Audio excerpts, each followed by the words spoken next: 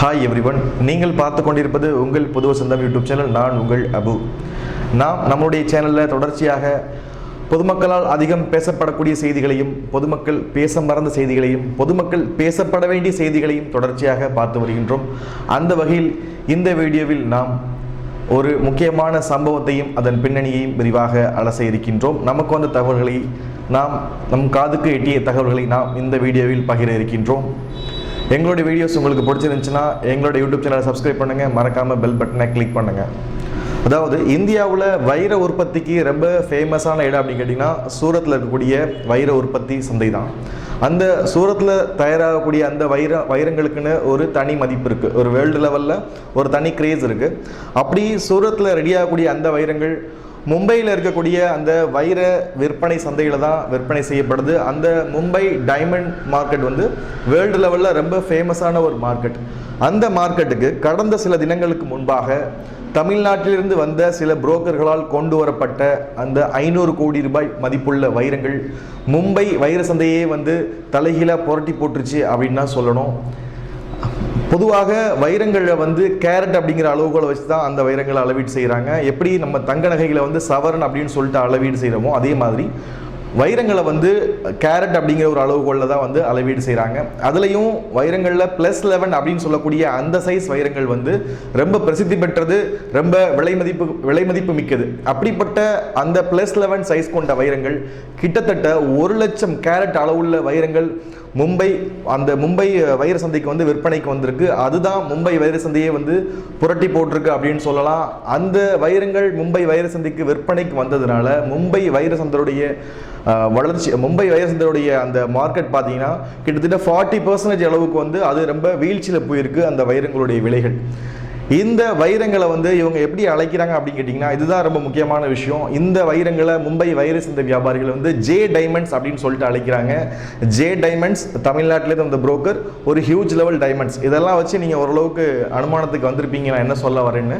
இப்போ விற்பனைக்கு வந்திருக்கிறது 1 லட்சம் கேரட் வைரங்கள் தான். பட் அவங்க அந்த டிமானிட்டைசேஷன் சமயத்தில் கிட்டத்தட்ட 2 லட்சம் கேரட் மதிப்புள்ள அந்த வைர நகைகளை அவங்க வாங்கியிருக்கிறாங்க.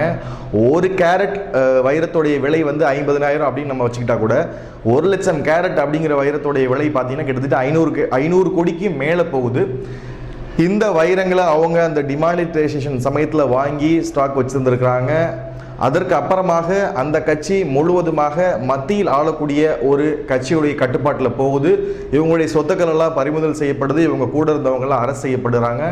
அதற்கு அப்புறமா இந்த தேர்தல் சமயத்தில் தேர்தல் நிதிக்காக இந்த வைரங்கள் விற்பனை செய்யப்பட்டதா அப்படிங்கிற ஒரு சந்தேகத்தையும் நம்மளால் பார்க்க முடியுது. இது சம்பந்தமாக டைம்ஸ் ஆஃப் இந்தியா நாளிதழிலும் இந்த வைரங்கள் ஜே டைமண்ட் சம்பந்தமாக சில தகவல்களை வெளியிட்டிருக்காங்க.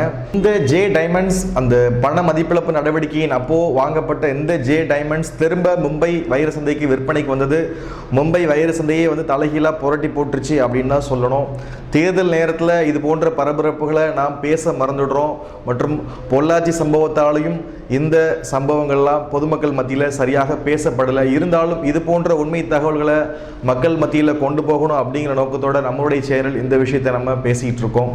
எது எப்படினாலும் இந்த 1 லட்சம் கேரட் டைமண்ட்ஸ் அல்லது 2 லட்சம் கேரட் டைமண்ட்ஸ் 1000 கோடி மதிப்பு இதெல்லாம் இருந்தாலும் இதனால் யாருக்கு என்ன பயன்? ஏதோ அரசியல்வாதிங்க அளவுக்கு அதிகமாக சம்பாரித்து சேர்த்து வச்சு அவங்க தங்களுடைய தேவைகளுக்கு பயன்படுத்தக்கூடிய இந்த அளவெல்லாம் நம்ம கேட்குறதுக்கே ரொம்ப பிரமிப்பாக இருக்குது. நம்மளுடைய வாழ்க்கையில் இதெல்லாம் நம்மளால் பார்ப்போமா, இந்த அளவுக்குலாம் நம்மளால் சம்பாதிக்க முடியுமா அப்படிங்கிற ஒரு விஷயங்கள் இருந்தாலும் மனிதன் வாழ்வதற்கு பணம் தேவை. ஆனால் பணம் மட்டுமே மனிதனுடைய வாழ்க்கைக்கு தேவையானதாக இருக்காது அப்படிங்கிற ஒரு விஷயத்தையும் மெசேஜையும் நம்ம இந்த வீடியோவில் சொல்கிறதுக்கு கடமைப்பட்டிருக்கோம்.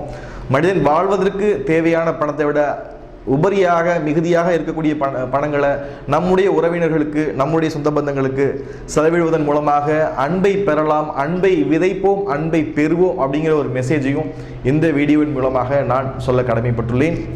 மற்றும் இது போன்ற சுவாரஸ்யமான தகவல்களை தெரிந்து கொள்வதற்கு உங்கள் புது வசந்தம் யூடியூப் சேனலை சப்ஸ்கிரைப் பண்ணுங்கள்.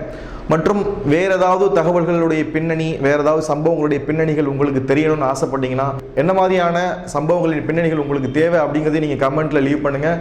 நிச்சயமாக அது சம்பந்தமான தகவல்களோடு இன்னொரு வீடியோவில் நாம் உங்களை சந்திப்போம். உண்மையை உறக்கச் சொல்வோம், அதனை உலகறியச் செய்வோம். ஜெய்ஹிந்த்.